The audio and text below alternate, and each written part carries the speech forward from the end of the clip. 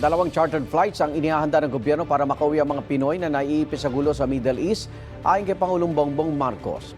Sa gitna rin ng big-time oil price hike, tiniyak ng Pangulo na sapat ang supply ng langis sa bansa at may paparating pa raw. Live mula sa New York City, may unang balita si Joseph Morong. Joseph! Igan, sa harap ng United Nations dito sa New York ay nanawagan ng Pangulo para sa kapayapaan sa Middle East o gitnang silangan kasabayan ng kanyang pangangampanya para sa non-permanent member seat para sa Pilipinas sa UN Security Council.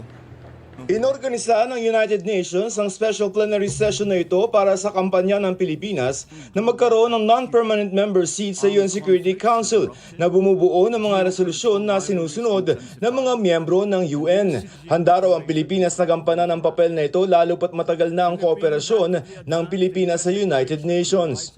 That a non-permanent seat on the UN Security Council is not a right of any state, but a privilege earned through consistent, dedicated, meaningful, and concrete partnership in the service of the United Nations and so of humanity. The Philippines stands ready once again to contribute, to help calm voices of division, provide a voice of balance, to shun ambition for service, and always as a voice for principled peace. And thus, I stand before you to humbly petition for your support for the Philippines. Sa pagkampanya ni Pangulong Bongbong Marcos para maging non-permanent member tayo ng UN Security Council, binigyan diin niya at halaga na simula ng buuin ang United Nations, isa tayo sa mga founding members ito, ay kutawang na ng UN ang Pilipinas. At kung papalarin at maging miyembro tayo ng Security Council, ay pagpapatuloy ng Pilipinas ang ganyang klaseng kooperasyon. Sa talumpati niya, isinabay rin ni Pangulong Bongbong Marcos ang panawagan para sa kapayapaan sa Middle East at iba pang conflict areas sa buong mundo. We join calls for restraint, a de-escalation and cessation of hostilities, respect for international law, including the UN Charter and humanitarian law, and for all concerned to return to the negotiating table for peace. Ramdam na ng iba't ibang bansa kabilang ang Pilipinas ang epekto ng gulo sa Middle East, gaya ng tumataas ng presyo ng mga produktong petrolyo. Pagtitiyak naman ng Pangulo may sapat na supply ng krudo ang Pilipinas at hindi aniya dumaraan sa Strait of Hormuz ang krudong kinukuha ng Pilipinas. In terms of supply, we are in good shape. And not only do we have inventory in the Philippines, we also are awaiting some supplies coming in that are in transit. Ang pinaaral ko lang kung yung mga in transit, baka naman nandun sila sa lugar ng peligro. Yung pagsara ng Strait of Hormuz, hindi kasama dun sa kalkulasyon. So, hihintayin daw muna ng Pangulo ang committee report ng Kongreso bago niya sertipikahan na urgent ang mga panukalang bigyan siya ng emergency powers para suspindihin o kaya bawasan ng excise tax na sinisingil sa mga inaangkat na produktong petrolyo.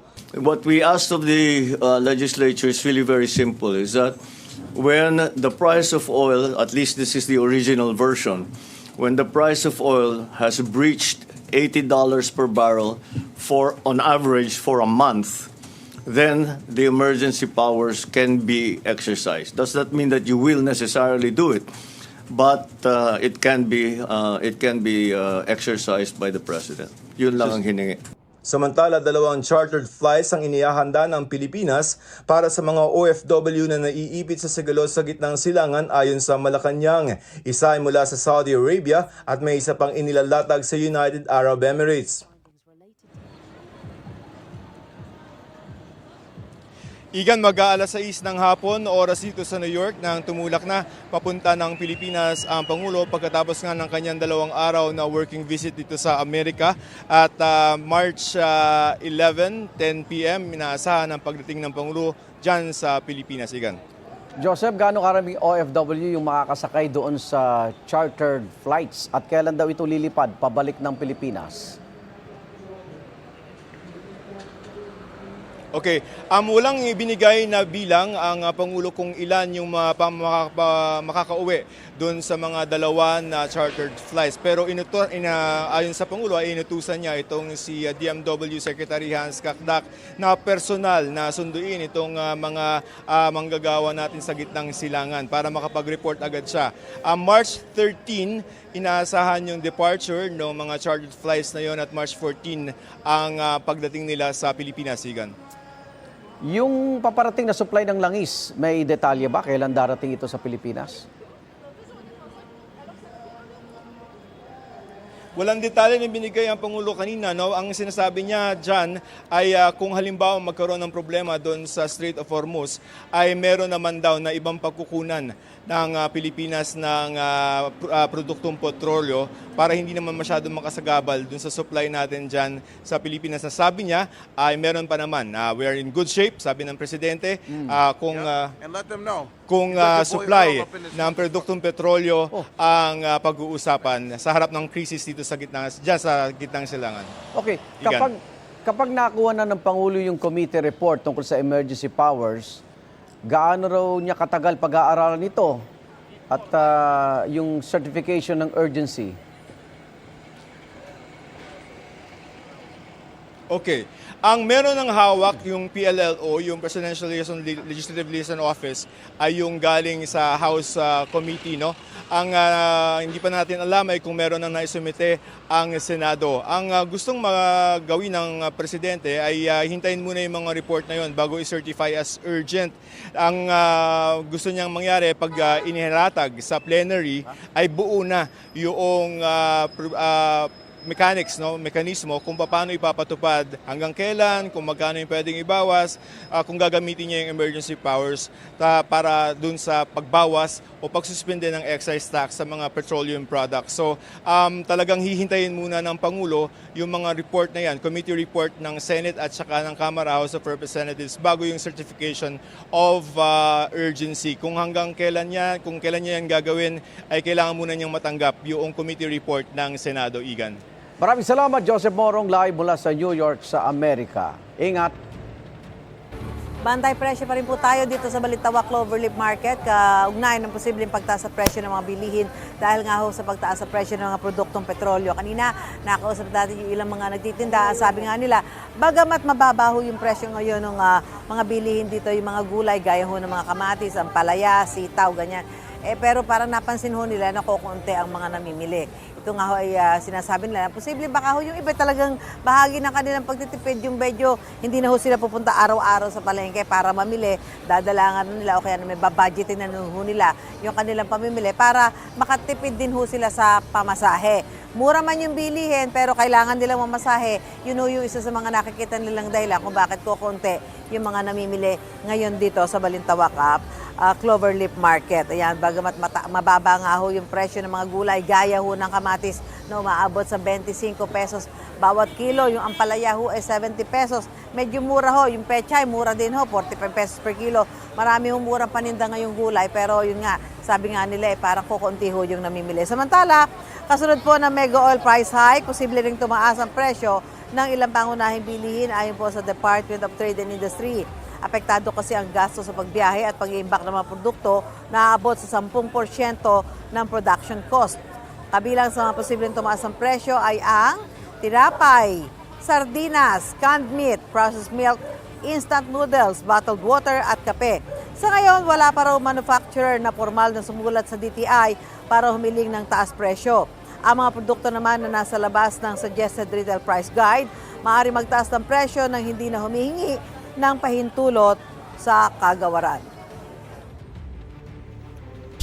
Pumatak na ang ikalawang bugso ng mega oil price hike ngayong linggo sa maraming gasolinahan sa bansa.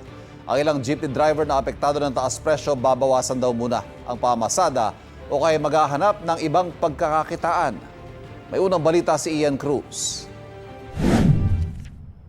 Sa nakalululang taas presyo ng langis, mahabang pila at pag-iisip kung makakabawi ba, mga namamasada ang unang-unang umaaray sa mega oil price hike. Wala, bigat, ang hirap. Parang dito na napupunta yung kita eh. Minsan pag wala pa sa hero, wala na. Kahit si baga mo, mauubos din gas mo, may pila ka ulit. Panibago na naman yung bill, di ba? Wala tayong magagawa. Laban lang. Ang tsuper na si Alison, nakaapat na ikot na raw pero wala pang kinikita. Hanggang mamaya pa ako nito. Hindi ko alam kung kikita. Kauspot ang grupo ko sa Danmarod, sa Tayuman at sa Blumentritt, talagang napakabigat po. Sabi nga nila, palagay ko, kaobet hindi na namin makakaya. Kami po muna siguro mag-construction workers o magtitinda muna kami ng mga barbecue. Ganito rin daw ang plano ng ilang driver sa Malolos. Dahil yung isang biyahe po namin ay may 100 lang po ang kinikita namin, 80 pa ang ulo. So mapipilitan siguro huminto muna yung iba pa mamasaga at paubaya muna sa mga operator habang naghihintay pa ng ayuda mula sa gobyerno. Pinag-aaralan namang bawasan ang mga araw ng pagbiyahe ng mga traditional jeepney na sakop ng One Pangasinan Transportation Federation. Oras na ipatupad ito ayon sa grupo, hanggang 35% ang mababawas sa mga bumibiyahing jeep sa buong probinsya kada araw. At least kikita ang jeepney natin. Pati boundary hindi siya masyadong maapektuhan. Pag-adjust lang siya. Sa Dagupan City, babawasan din ang bibiyahing bus kapag kaunti lang ang pasahero at magdaragdag na lang daw kung kailangan. Ilang magsasaka naman sa Mangaldan ang nagsabing baka hindi muna makapagtanim bunsod ng pahirapang pagbili ng petrolyo. Nakahanda naman na ang pondo ng Department of Agriculture para sa fuel subsidy. 75 million pesos ang ilalaan sa mga mangingisda at 75 million pesos din sa mga magsasaka. Pati turismo, apektado. Planong itaas ang singil sa ilang nirerentahang sasakyan sa Bohol para sa mga ibubuk pa lang ayon sa Bohol Confederation of Tourist Transport Providers. Susundin ang dating presyo sa mga nakapag-reserve na bago ipatupad ang taas presyo sa langis. Plano ring dagdagan ng 10 piso ang pasahe sa ilang bumibiyaheng fiberglass boat sa Guimaras. Sa una, ang presyo pa lang is 50 something.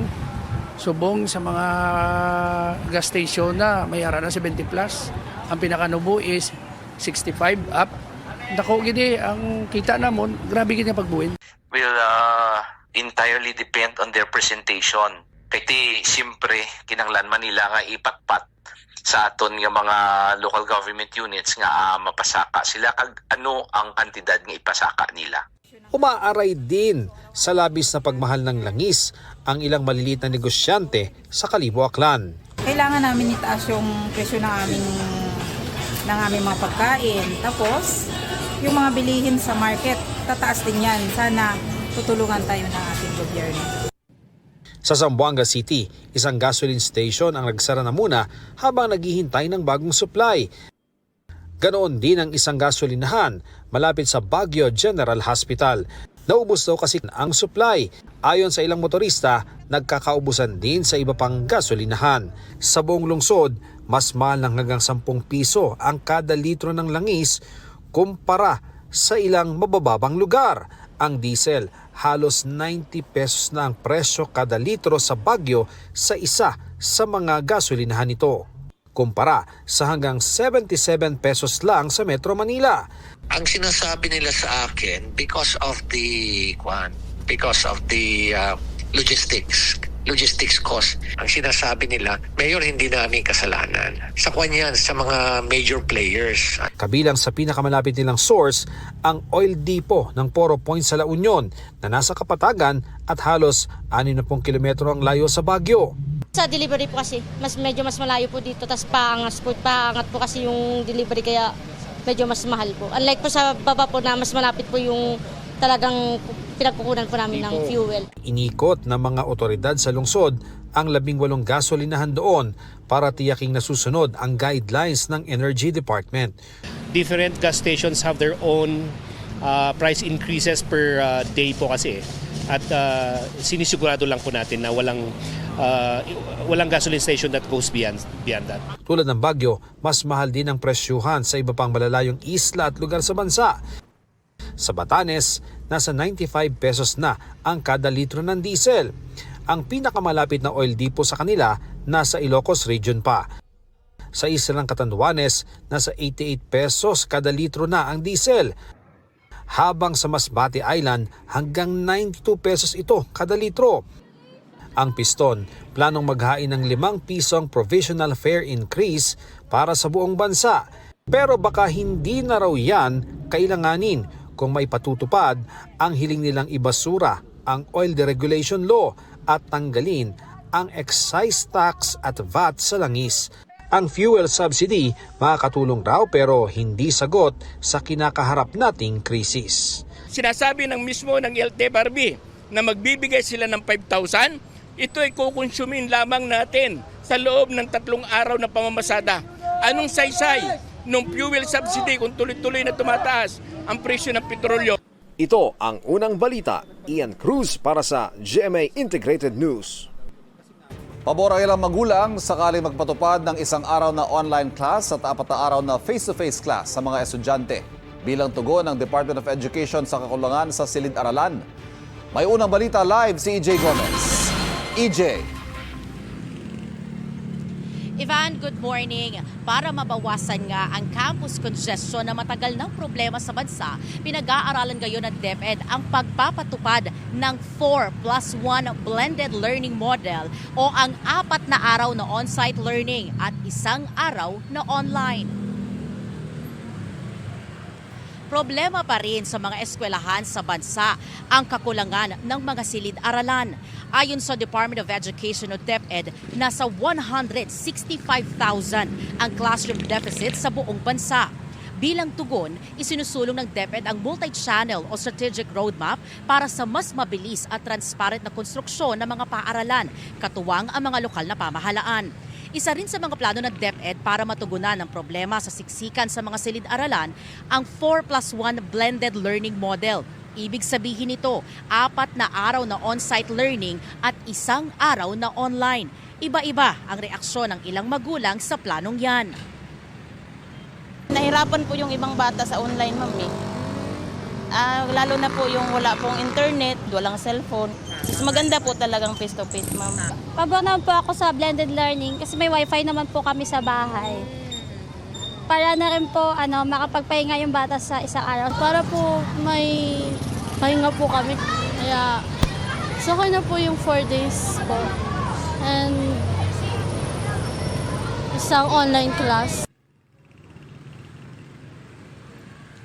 Ivan, plano rin ng DepEd na i-expand ang voucher program para sa mga incoming senior high school student na papasok sa private schools. Nito lang Lunes, pinirmahan ng DepEd at League of Municipalities of the Philippines o LMP ang isang Memorandum of Understanding para sa nationwide classroom building acceleration sa bansa. At yan, ang unang balita mula po dito sa Quezon City. EJ Gomez para sa GMA Integrated News. Kapuso, huwag magpapahuli sa latest news and updates. Mag-iuna ka sa balita at mag-subscribe sa YouTube channel ng GMA Integrated News.